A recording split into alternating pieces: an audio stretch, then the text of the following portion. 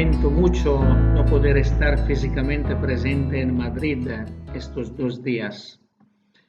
La pandemia no me ha permitido estar entre ustedes, pero no puede detener la comunión que podemos vivir en la fe.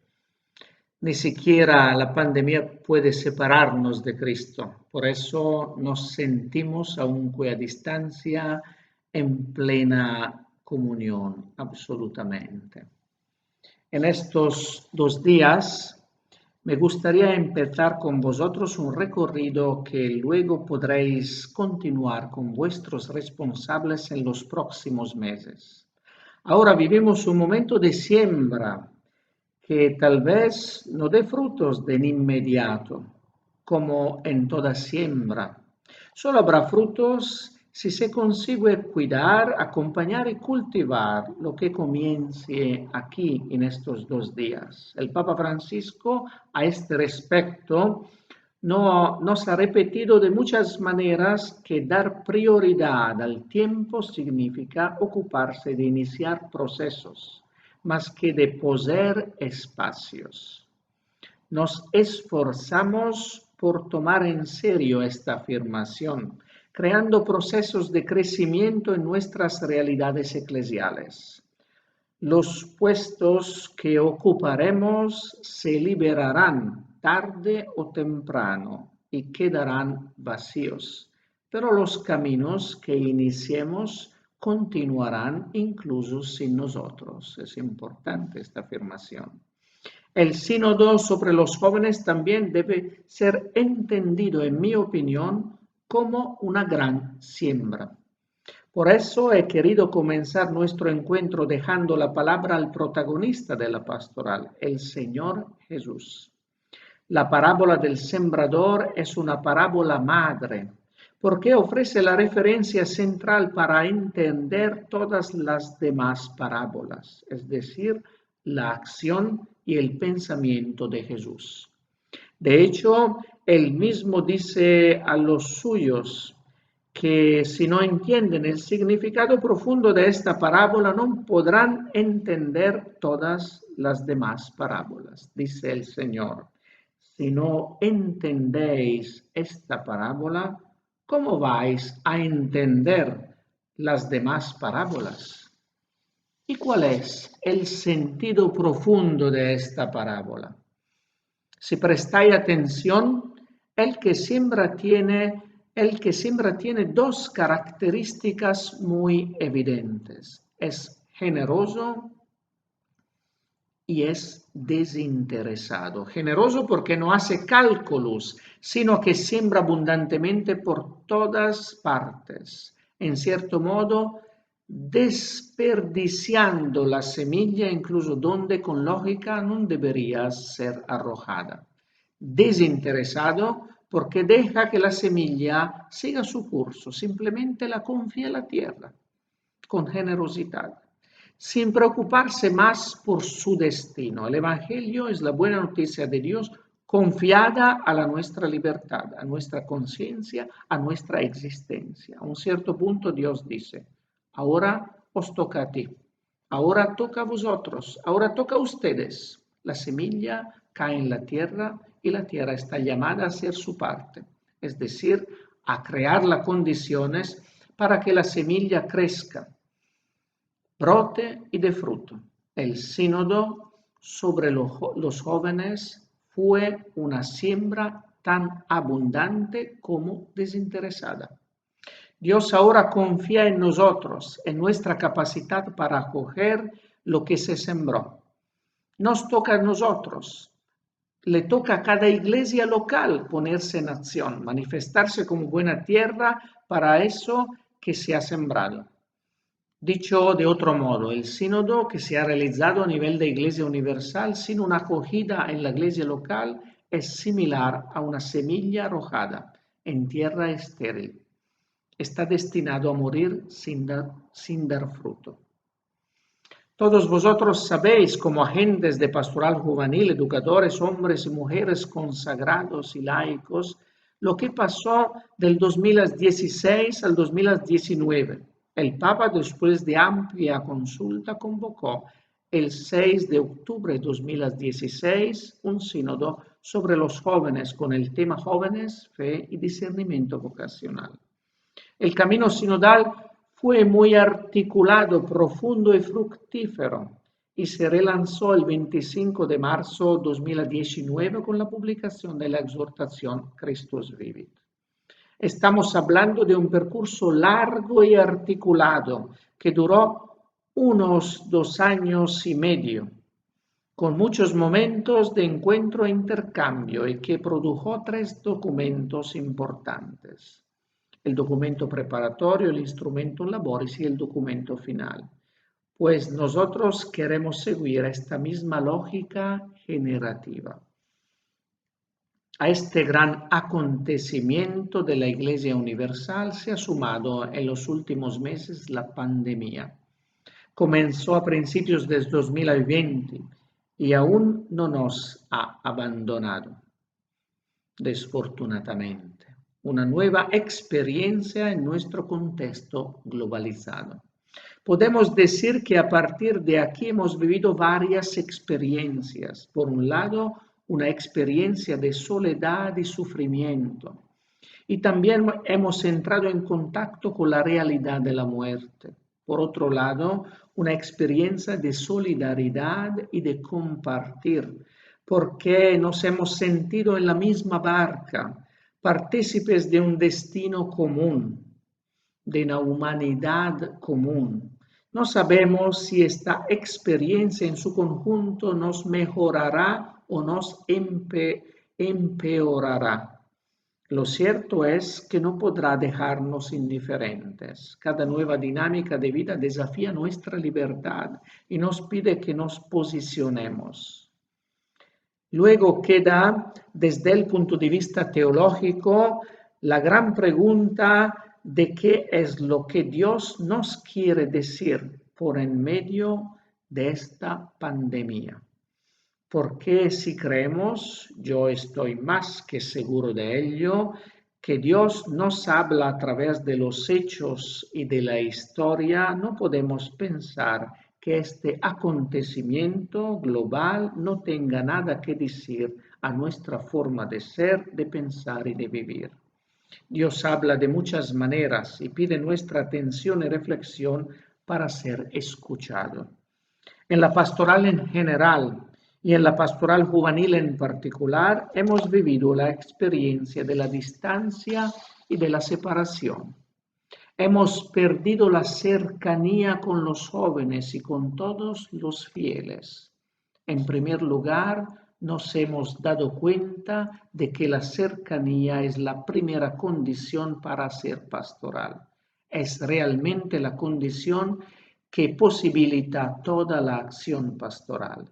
Y con esto hemos rehabilitado la lógica de la encarnación, que es precisamente una lógica de proximidad, de cercanía, de ternura, de contacto concreto. Sin esta carnalidad, la pastoral pierde su concreción y su eficacia. Dios, en el momento en que se hace hombre, toca el hombre y se deja tocar. Esta distancia ha generado, por un lado, gran angustia y por otro, ha abierto las sendas a una gran creatividad pastoral, especialmente a nivel digital.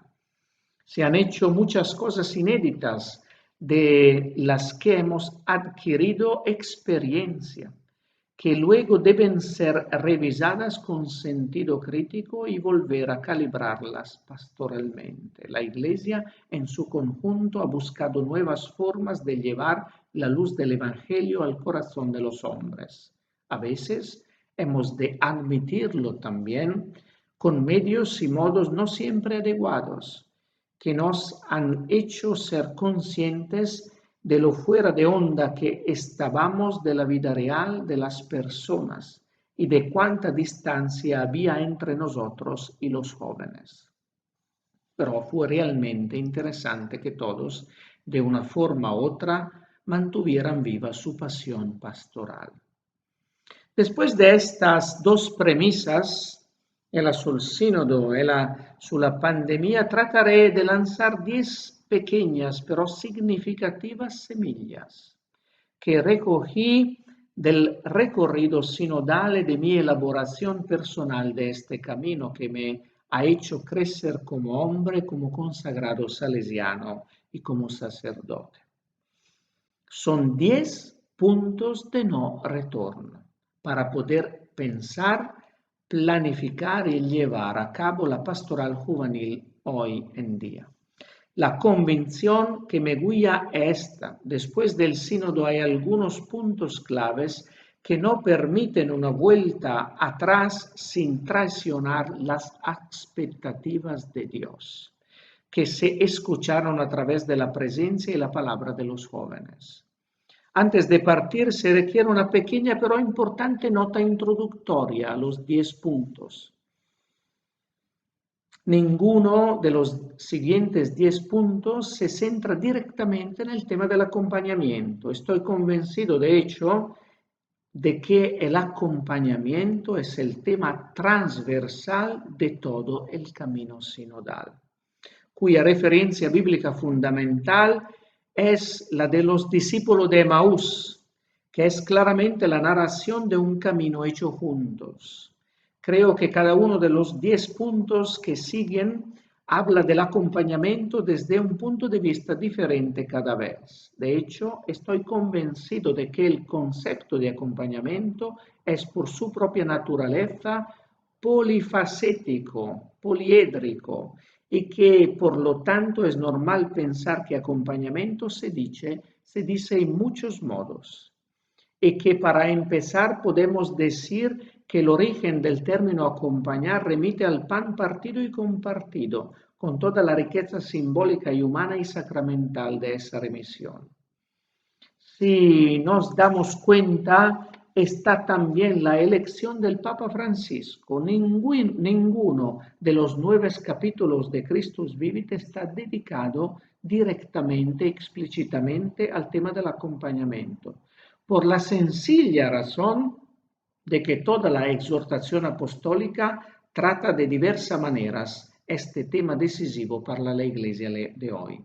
Entonces podemos decir que acompañamiento es la palabra clave que resume las cosas y nos empuja a un nuevo estilo eclesial de acercamiento a las generaciones más jóvenes. Y ahora, por fin, empezamos a ver una por una las 10 semillas que me gustaría entregarnos metodológicamente.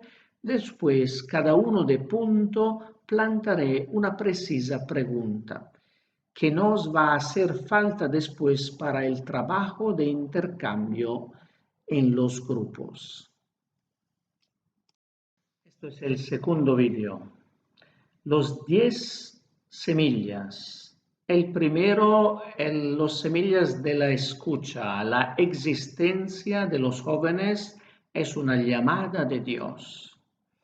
La convicción de que la realidad es más importante que las ideas sigue siendo uno de los puntos claves del pontificado de Papa Francisco. Debemos partir de la realidad tal como es y ponernos en primer lugar a la escucha de la época en la que vivimos. Durante el camino sinodal, el diálogo intergeneracional fue muy instructivo. Los obispos y los demás adultos durante la asamblea sinodal debatieron con los jóvenes, mientras que los primeros tendían a hablar de la juventud como una categoría teórica y abstracta, los segundos, los jóvenes, siempre se referían a su experiencia de vida. Aquí está la primera convicción. La juventud no es un objeto que pueda ser analizado en términos abstractos. En realidad la juventud no existe, existen los jóvenes con sus vidas concretas. Los padres sinodales juntos afirmaron con certeza que aún hoy Dios habla a la Iglesia y al mundo a través de los jóvenes, su creatividad y su compromiso, así como sus sufrimientos y sus peticiones de ayuda. Con ellos podemos leer nuestra época más proféticamente, reconocer los signos de los tiempos. De aquí se desprende la primacía de la escucha atenta de su existencia, porque allí Dios se hace presente. Ellos están inmersos junto con todos nosotros en una era de grandes cambios. Vivimos en una época de metamorfosis. Los jóvenes nos han dicho de mil maneras que la digitalización del mundo y la emergencia ambiental, la nueva comprensión del propio cuerpo y de la sexualidad, el crecimiento exponencial del pluralismo en todos los campos y la aceleración de cada proceso nos colocan en una gran complejidad imposible de dominar. El mundo es ahora un pequeño pueblo donde debemos aprender a vivir juntos. Esto puede llevar a confusión, a rigidez y a cerrarnos, pero también podría llevarnos hacia nuevos estilos de solidaridad y de comunión. Sin duda, este proceso hace que nos volvamos a descubrir frágiles y necesitados de ayuda. Y la primera pregunta es esta, escuchando a los jóvenes, ¿cuáles son sus inquietudes? ¿Qué le piden a la sociedad y a la iglesia? Y la segunda semilla, la fragilidad, la semilla de la fragilidad. Los jóvenes necesitan ternura y quieren reconciliación. El contexto descrito anteriormente debilita todas las posiciones. Durante el camino del sínodo surgió la gran y triste realidad de las enfermedades mentales de los jóvenes, de su angustia existencial, la depresión y el suicidio, signos de la falta de sentido que reside en la vida de tantos jóvenes. Nos han hecho conscientes de que existe una gran debilidad y fragilidad en las jóvenes generaciones. También y especialmente en aquellos que se muestran invencibles y violentos. Cabe señalar que la época de la pandemia ha sacado a relucir una fragilidad sumergida y confusa. No la creó directamente, me parece. La fragilidad está ya muy presente en nuestra época tardomoderna y no es una novedad. La novedad es que ha salido a la superficie, ahora es algo conocido por todos. Es necesario lidiar con la fragilidad y el fracaso. No somos todopoderosos. Y esta conciencia puede ser una gran oportunidad para todos los jóvenes y los adultos. La de reconocerse nuevamente humanos, la de volver a entrar en contacto con nuestras limitaciones, seguro de que incluso el error, el fracaso y la crisis son también experiencias que pueden fortalecer su humanidad. Los jóvenes nos han pedido pastoralmente hablando una gran cercanía. Cercanía, ternura, caricia, consuelo son palabras que han encontrado eco en muchos pasajes del sínodo. Y si queremos profundizar aún más, encontramos en el corazón de cada joven un gran deseo de reconciliación. Todos los presentes en el sínodo quedamos impresionados por la presencia humilde y profética del hermano Aloís, prior de la comunidad monástica de Thésée. Esta experiencia nació con una clara intención ecuménica, es decir, por crear una plataforma de escucha, perdón y diálogo entre las diferentes denominaciones cristianas. Y luego se convirtió poco a poco en una realidad frecuentada especialmente por los jóvenes. ¿Por qué? Porque los jóvenes buscan unidad y reconciliación. Y la segunda pregunta, cómo estamos acompañando las fragilidades y los fracasos de la Iglesia y los jóvenes. Y la tercera semilla es la búsqueda. Los jóvenes se han mostrado siempre abiertos y dispuestos. Hoy faltan puntos claves. El cambio y la fragilidad nos ponen en búsqueda, en camino y en movimiento.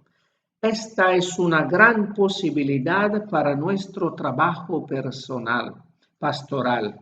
No hemos respirado a lo largo del camino sinodal una actitud de cierre perjudicial hacia el mundo de la fe y la realidad de la Iglesia, sino una sana inquietud que se despierta sobre todo en la juventud y sigue siendo la característica de todo corazón que se mantiene joven, disponible, abierto. La verdadera paz interior coexiste con esta profunda insatisfacción. Decía Sant Agustín, Señor, nos ha hecho para ti y nuestro corazón está inquieto hasta que descanse en ti. Estar en búsqueda es característico de hombres y mujeres que tienen en el corazón el deseo de verdad, libertad y justicia. No podemos dar respuestas sin escuchar las preguntas. Este es uno de los problemas de nuestra pastoral, dar respuestas sin haber dejado espacio a las preguntas. Es muy grave. Respetar y acompañar la búsqueda de los jóvenes es una actitud muy valiosa que debemos aprender a fomentar. Los jóvenes han demostrado estar abiertos al intercambio, respetuosos de las diferentes posturas, abiertos al diálogo y a las razones de los demás. Respiramos un clima de auténtica búsqueda. Las palabras clave, me parece, han sido apertura y disponibilidad. Y de esto a nivel eclesial tenemos mucho que aprender, porque algunas veces nos mostramos tan rígidos como los fariseos, incapaces de dar realmente la palabra a los demás, cerrados a la escucha de las diferentes posturas. A veces tenemos un concepto de la verdad muy monolítico y poco sinfónico. Jesús en los evangelios se revela como un gran compañero de personas en búsqueda. Sabe cómo hacer las preguntas oportunas en el momento justo. Sabe cómo esperar el momento adecuado. Se mantiene a su lado pacientemente sin juzgar. Tiene realmente una autoridad en el auténtico sentido del término, porque en su significado etimológico, autoritas indica la capacidad de hacer crecer. No expresa absolutamente la idea de un poder directivo, sino una verdadera fuerza generadora. Y la tercera pregunta: ¿cómo respetamos, acompañamos y alimentamos la sana inquietud de los jóvenes? Y la cuarta semilla, el discernimiento. Todos estamos llamados a cuestionarnos a nosotros mismos. La cuarta semilla que quiero daros es la del discernimiento. La búsqueda no es un fin en sí misma, sino que por su propia naturaleza tiene el deseo de encontrar algo estable donde el corazón puede descansar. La inquietud del corazón que nos pone en movimiento es generada por la búsqueda de la plenitud que se hace camino de vida. Es un camino arduo, plagado de obstáculos, donde reconocer cuál es la vida correcta no es algo automático, y donde la tentación, el mal, el pecado encuentran un lugar. Entre la luz y el deslumbramiento hay una gran diferencia. Sin embargo, a veces pueden confundirse. Distinguir entre la verdad y el error es a veces difícil, muy difícil. Entre el bien y el mal es muy complicado juzgar. entre el Dios vivo y los muchos ídolos que tratan de imitarlo, uno puede ser engañado. Por eso, una de las grandes palabras del camino sinodal fue discernimiento. Esta es la actitud correcta que hay que tener en tiempos de gran confusión. Es esa actitud que va a la raíz de las cosas y así evita ser engañado por las apariencias. Es ese estilo capaz de distinguir entre lo superfluo y lo esencial, entre lo inútil y lo necesario. Discernir no significa tener a mano la solución inmediata, sino buscar lo que Dios nos impulsa a hacer, porque el discernimiento conduce a reconocer, a sintonizarse con la acción del Espíritu en auténtica obediencia espiritual. Esto es válido para cada joven, para la comunidad cristiana y para la Iglesia en su conjunto. Todo el camino sinodal se ha establecido metodológicamente como un recorrido comunitario de discernimiento, marcado por 3 etapas: reconocer, interpretar y elegir. Tanto el instrumentum laboris como el documento final están estructurados de acuerdo a estos 3 verbos. Reconocer es mirar y escuchar.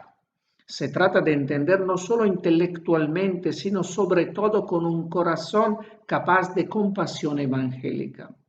Segundo, interpretar es reflexionar posteriormente sobre lo que se ha reconocido, utilizando criterios de evaluación coherentes. Se trata de buscar las causas con verdad y honestidad y darle razones de lo que hemos encontrado. Solo después de estos 2 pasos podemos elegir con espíritu profético y valiente emprender sendas de renovación.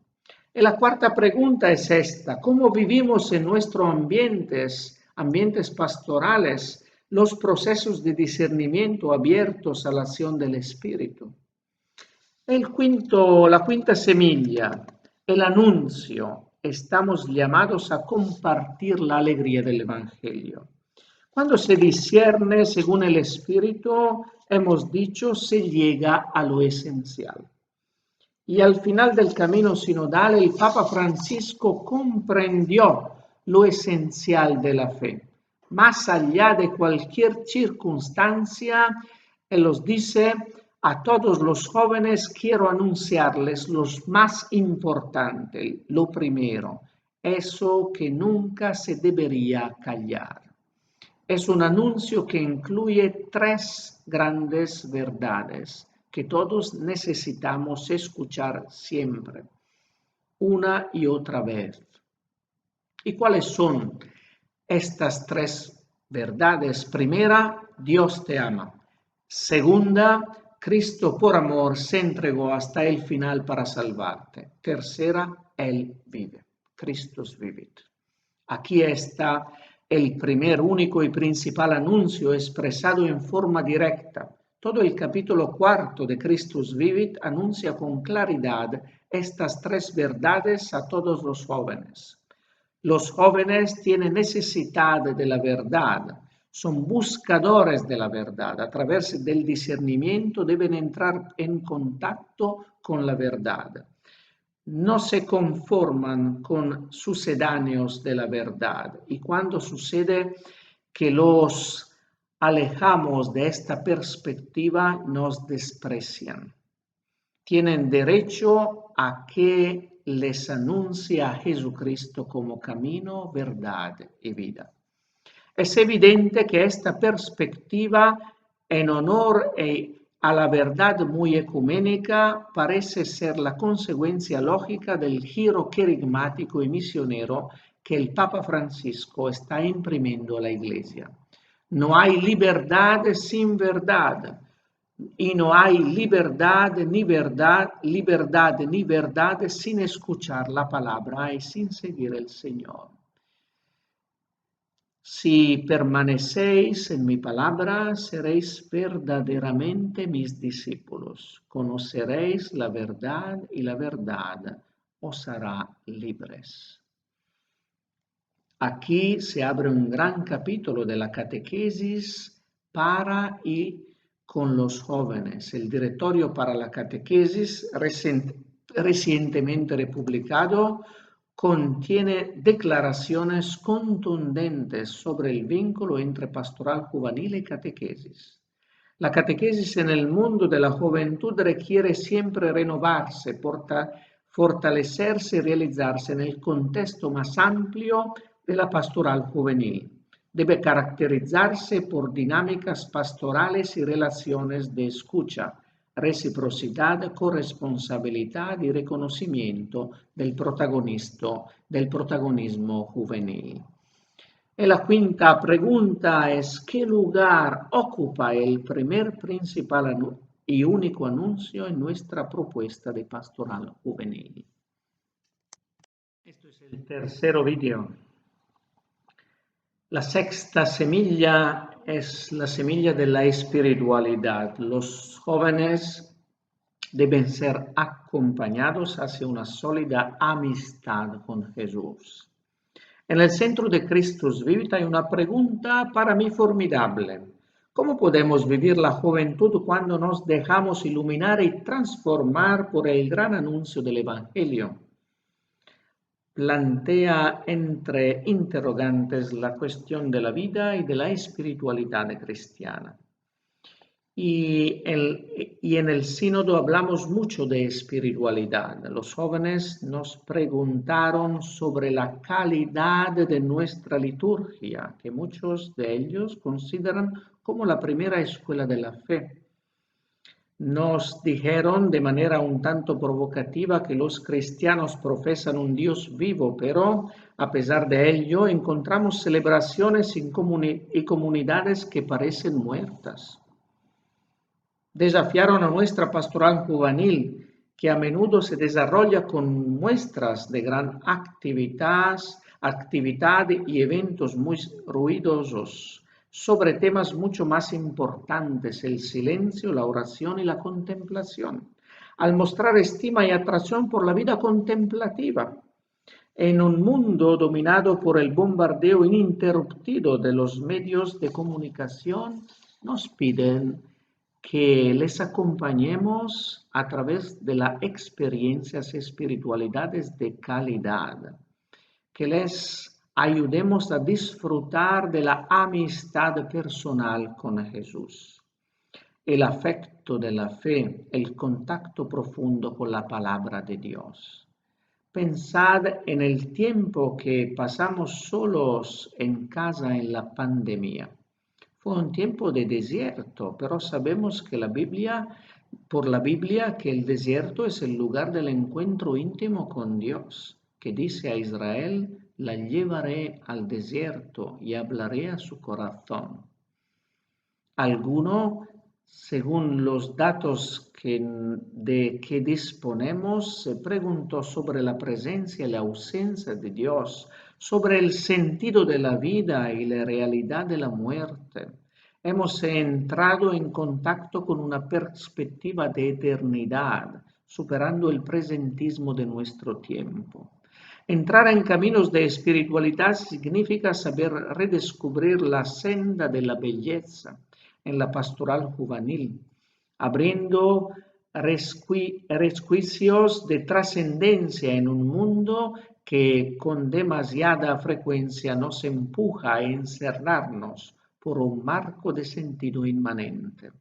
Y belleza rima con santidad. Los jóvenes necesitan santos que formen otros santos, mostrando así que la santidad es el rostro más bello de la Iglesia.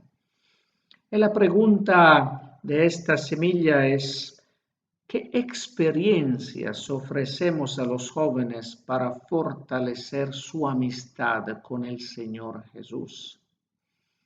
Y la séptima semilla es la semilla de la familia, el deseo de una iglesia con un rostro y un estilo familiar. En un momento en lo que los jóvenes se encuentran en una situación de incertidumbre y errancia e incluso de orfandad espiritual, la comunidad cristiana está llamada a hacerse adoptiva con respecto a ellos, porque en todas nuestras instituciones debemos desarrollar y fortalecer mucho más nuestra capacidad de acogida cálida, ya que muchos jóvenes que llegan se encuentran en una profunda situación de orfandad. Y no me refiero a ciertos conflictos familiares, sino a una experiencia que afecta por igual a niños, jóvenes y adultos, madres, padres e hijos. Así pues, hay que poner al centro en la capacidad generadora de la Iglesia, que se concibe según un paradigma familiar, capaz de abandonar un estilo individualista de pastoral juvenil para asumir uno más comunitario, caracterizado por un clima familiar de confianza y seguridad. De este modo, la Iglesia se convierte en un hogar acogedor para todos los jóvenes, sin excluir a nadie. Durante el debate sinodal muchas veces se pidió a la Iglesia en su conjunto que pasara de la primacía de las estructuras a la de las relaciones, de la centralidad de la burocracia a las desrelaciones. Existe en este momento histórico, al menos en el occidente secularizado, un gran deseo de comunidad que las generaciones más jóvenes expresan a través de diversas peticiones, porque la experiencia comunitaria sigue siendo esencial para los jóvenes. Si por un lado tienen alergias a las instituciones, es igualmente cierto que buscan relaciones significativas en comunidades auténticas y el contacto personal con testigos luminosos y coherentes. Piden que la Iglesia tenga cada vez más un rostro familiar donde cada uno se sienta llamado por su nombre y acogido en el punto donde se encuentra su libertad, sin ningún juicio previo. Muchos jóvenes, especialmente los que crecieron en situación de pobreza familiar, mostraron una gran sensibilidad hacia la familia y un gran deseo de familia. Si es verdad que todos nosotros hemos recibido el Espíritu que nos hace hijos adoptivos, debemos comprometernos para que la Iglesia sea verdaderamente una gran familia. Y la pregunta es esta: ¿cómo podemos hacer más acogedora y familiar nuestra comunidad cristiana? El octavo punto, la octava semilla, el voluntariado, el camino real de la caridad y del servicio responsable. Por supuesto, la Iglesia está llamada a adoptar un rostro familiar, pero no cerrado. Sabemos lo fuerte que es hoy en día la rigidez en formas de multicomunitarismo, es decir, de comunidades en las que hay una intensidad de relaciones humanas, pero se vive cerrado hacia los demás.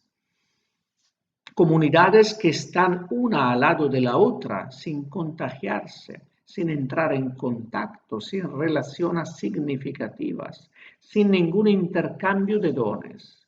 En cambio, el campo de acción de la Iglesia es el mundo. Es impensable una comunidad cristiana que no esté abierta a todos, sin que nadie quede excluido. Durante todas las fases del sínodo hubo una insistente presión para ser y permanecer una iglesia en salida. Partiendo de la convicción de que los cristianos son verdaderamente ellos mismos solo cuando salen de sí mismos y van en encuentro de los otros, sean quienes sean. Esta es la identidad extática del cristiano, muy bien expresada por el Papa Francisco cuando dirige estas palabras a cada joven. Ojalá vivas cada vez más este éxtasis, que es salir de ti mismo para buscar el bien de los demás, hasta dar la vida.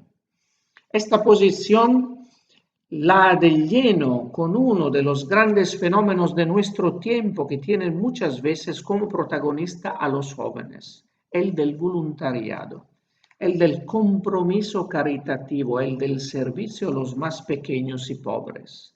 Hemos tenido muchos testimonios conmovedores de jóvenes que encontraron la fe a través del servicio y el contacto con la Iglesia que se opone con hechos y con verdad a la cultura del descarte a través de la diaconía.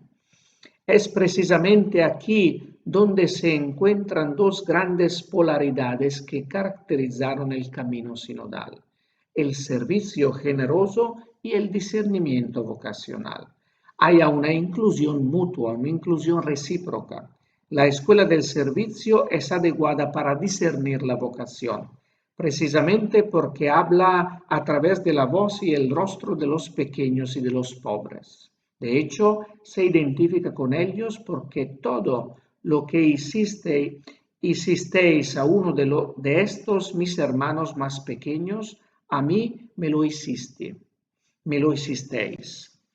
Y la octava pregunta es esta: ¿cómo se lleva a cabo el servicio a los más pequeños y a los más pobres desde la pastoral juvenil?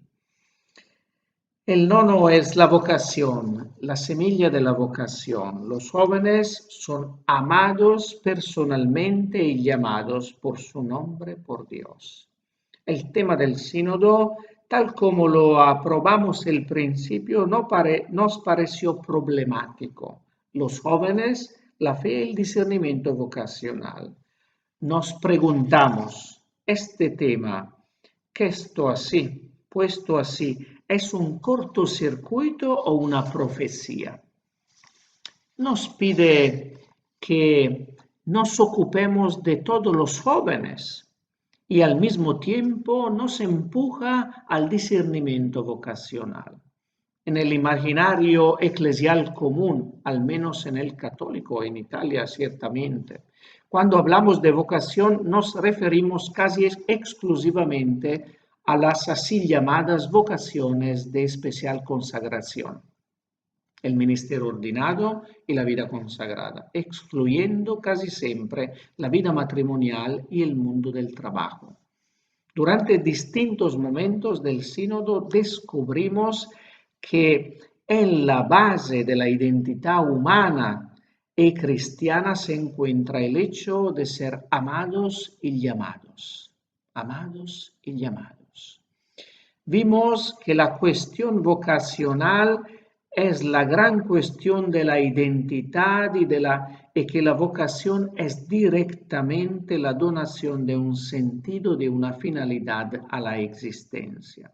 Por eso se nos dijo que la gran pregunta que todo joven debe hacerse es: ¿para quién soy yo? Esta pregunta ilumina de modo profundo las decisiones en la vida de manera profunda, porque recuerda que hay que asumirlas en el horizonte liberador de la entrega de uno mismo. Este es el único camino para alcanzar una felicidad auténtica y duradera. Y esto realmente concierne a todos los jóvenes. Nadie está excluido. Estoy convencido de que la pastoral juvenil no estará a la altura de su vocación si no acompaña a cada joven al descubrimiento y a la aceptación de su vocación personal.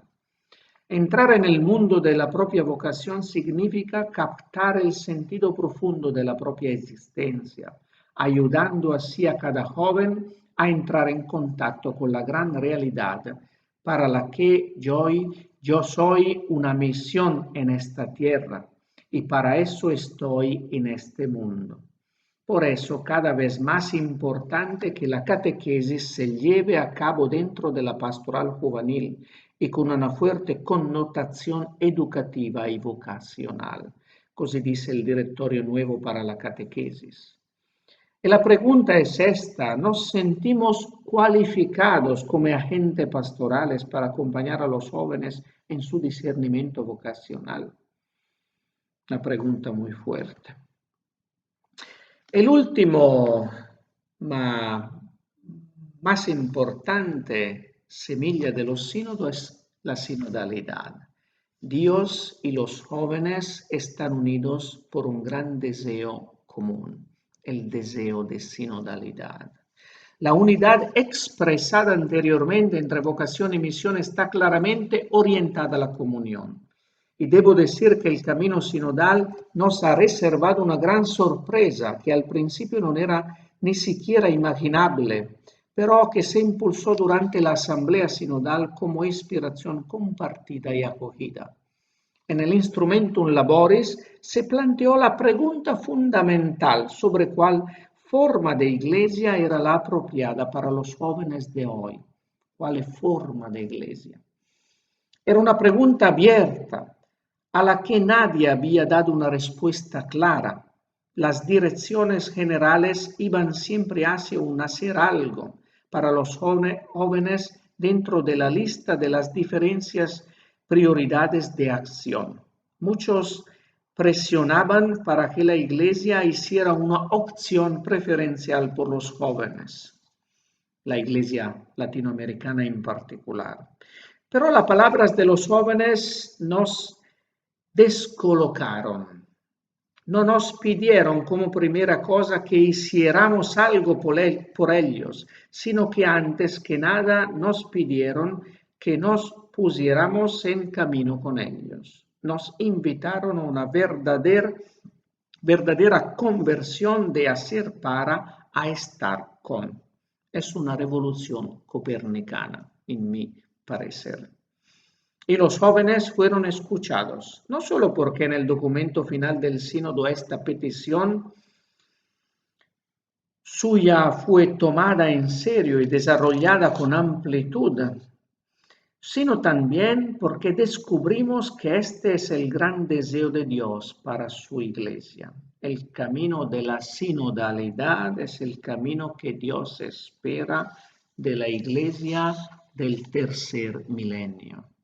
El Papa Francisco, escuchando las inspiraciones de Dios y las de los jóvenes, eligió como tema para la próxima Asamblea Sinodal Ordinaria de los Sínodos, aún en fase de preparación y que se celebrará en octubre de 2022, precisamente la sinodalidad. El título es Por una Iglesia Sinodal. Comunión, participación y misión. La Iglesia ha vuelto de este modo a ser peregrinante junto con los jóvenes.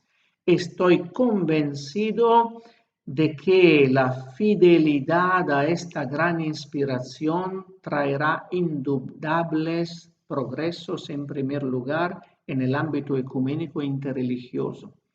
Y tal vez sea precisamente la pastoral juvenil, que solo puede ser sinodal, la que debe avanzar sin demora en esta dirección, abriendo nuevos caminos para el bien de todos.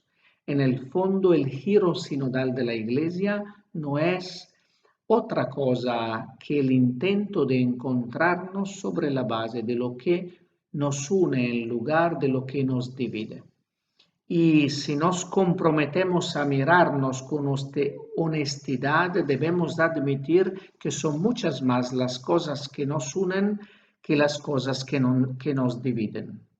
Y la última pregunta es esta: ¿a través de qué opciones concretas nuestra iglesia local se está volviendo cada vez más sinodal?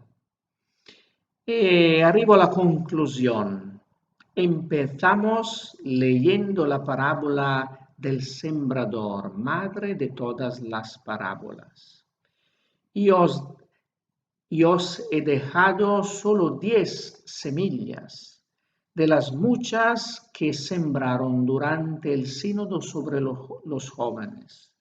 Una vez más, Dios se ha mostrado muy generoso con su iglesia. Ahora sí que toca a nosotros, a vosotros, a ustedes. Para salir de metáforas, os he propuesto 10 puntos de no retorno para la pastoral juvenil de hoy.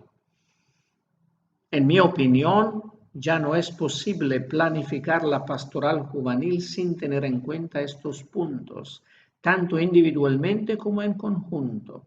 Los presente como puntos de no retorno, porque son el resultado de un discernimiento de la Iglesia que duró 3 años y que ha involucrado a toda la Iglesia universal. No volver a empezar desde aquí sería traicionar a la Iglesia, in un cierto modo situarse fuera de ella. Lo que se ha dicho antes vale también para nuestro estudio y nuestra formación personal y comunitaria. Los documentos del sínodo deben ser leídos, estudiados, profundizados y difundidos. También deben ser criticados cuando sea necesario para avanzar en la reflexión. Sin embargo, no puede evitarse el abordarlos precisamente porque representan un punto de vista oficial de la Iglesia sobre la pastoral juvenil al inicio del tercer milenio. Y esto es realmente un punto de no retorno. No sé cuándo será el próximo sínodo sobre la juventud, pero no creo que sea pronto. Me parece que en conjunto estos 10 puntos nos ofrecen un modo de ser iglesia que hace del acompañamiento su estilo específico, capaz de mantener unida la integridad del anuncio cristiano y la gradualidad de su propuesta.